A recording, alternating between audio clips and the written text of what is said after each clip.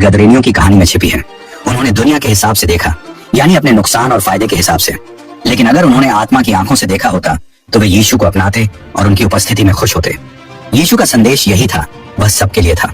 इफिसियों 2 में बताया गया है कि मसीह ने यहूदियों और गैर यहूदियों के बीच की दीवार को गिरा दिया है।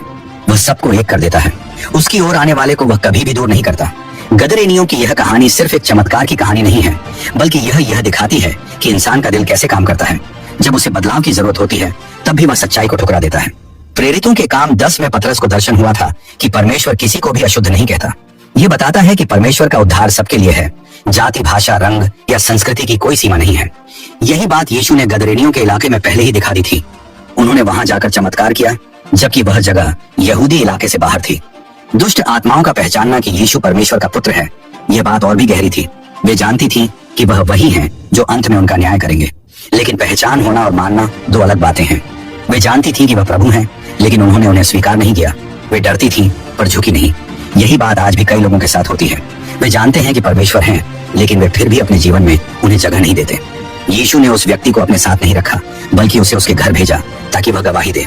यह दिखाता है कि कोई भी व्यक्ति गवाही देने के लिए तैयार हो सकता है, अगर वह खुद परमेश्वर की शक्ति को अनुभव कर चुका हो। उसे कोई बड़ी शिक्षा या प्रशिक्षण नहीं चाहिए, उसे बस वह अनुभव याद रखना है जो परमेश्वर ने उसके साथ किया। दूसरी बात यह है कि लोगों ने यीशु को इसलिए नकारा क्योंकि उन्हें सुअरों की चिंता थी। उन्होंने यह नहीं देखा कि कितनी बड़ी आत्मिक विजय हुई है। उन्होंने केवल अपने घाटे को देखा। यही होता है जब लोग आत्मा की नहीं बल्कि शरीर की आंखों से देखते हैं।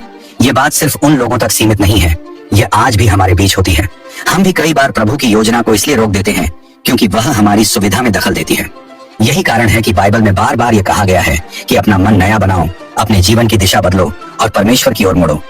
सच्चा परिवर्तन वहीं से शुरू होता है जब हम अपनी इच्छा को छोड़कर उसकी इच्छा को मानते हैं। यीशु ने जो किया वह केवल चमत्कार नहीं था, वह एक उद्घोषणा थी कि परमेश्वर का राज्य आ गया है और वह शैतान के गढ़ों पर अधिकार कर रहा है। दुष्ट आत्माओं को बाहर निकालना, बीमारी को चंगा करना, तूफान को शांत करना, ये सब दिखाता है कि वह न सिर्फ धरती पर बल्कि आत्मिक दुनिया पर भी पूरी तरह प्रभु है।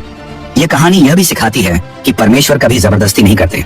यदि लोग उन्हें ठुकराते हैं तो वह चुपचाप वहां से चले जाते हैं, जैसा कि गदरेनियों के साथ हुआ।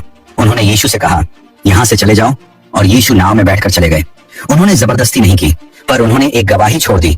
वह व्यक्ति जो अब चंगा हो चुका था, जो देकापोलिस में जाकर अपने लोगों को बता रहा था कि परमेश्वर ने उसके लिए क्या किया, और वह गवाही लोगों के दिलों में असर कर रही थी। उद्धार और परमेश्वर का सच्चा रास्ता सबके लिए खुला है, लेकिन सबसे बड़ी रुकावट यह है कि लोग पाप छोड़कर मसीह का अनुसरण करना नहीं चाहते।